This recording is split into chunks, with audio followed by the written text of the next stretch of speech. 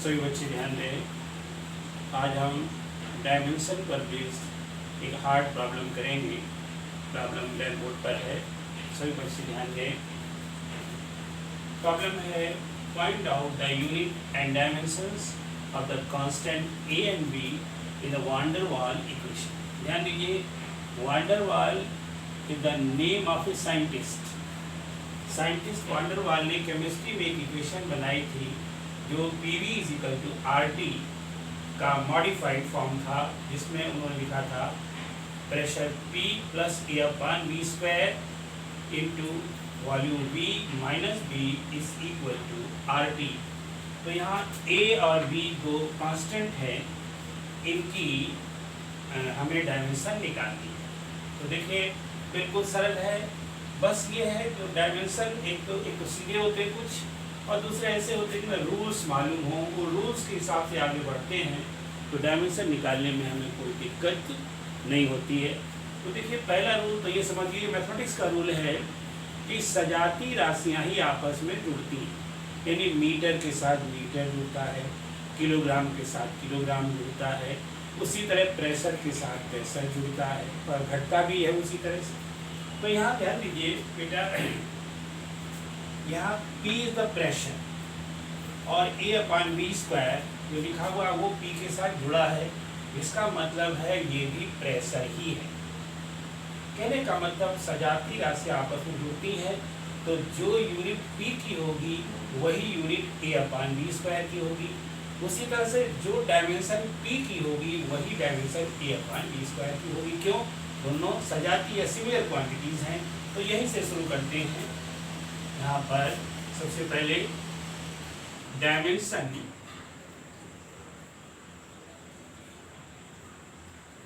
Of A upon V square is equal two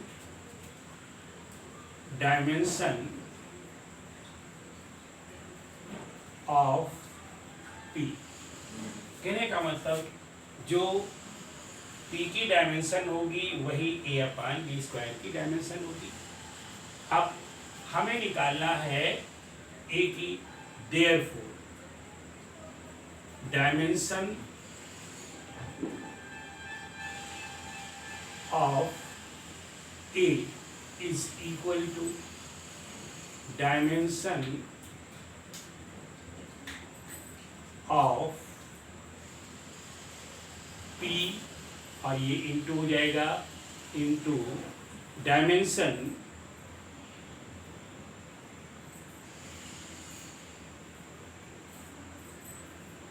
of P की हो गई dimension of V square.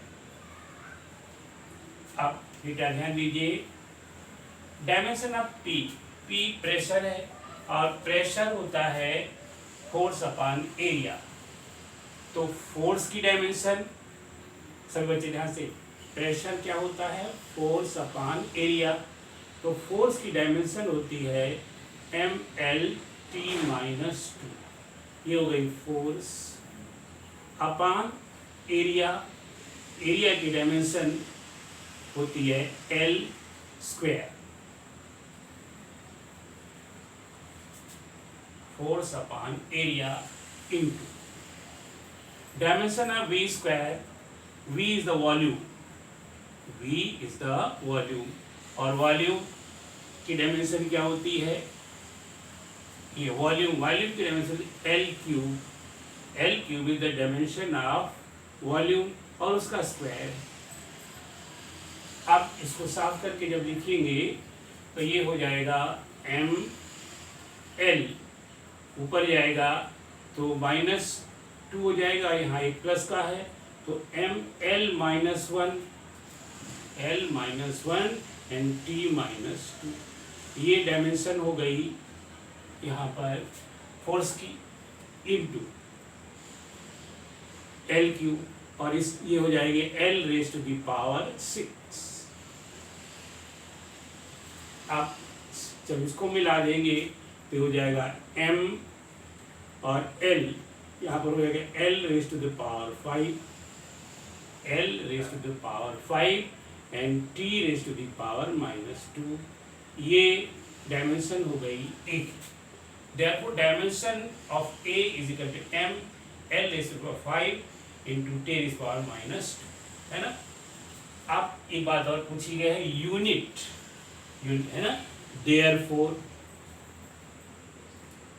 Unit of ए, तो ए की unit इसी को देखकर लिख दीजिए, unit of A is equal to M माने केजी, है ना, और L kg metre raise to the power 5 and T second है तो S raise to the power minus 2, kg metre raise to the power 5 S raise to the power minus 2, ये इसकी unit हो गई। अब और इसकी यूनिट आप केजी और ये पर सेकंड लिखा हुआ है, यहाँ पर फोर्स को अलग कर दो तो फोर्स होता है kg metre S minus 2, kg metre पर सेकंड स्क्वायर, तो ये हो जाएगी आपकी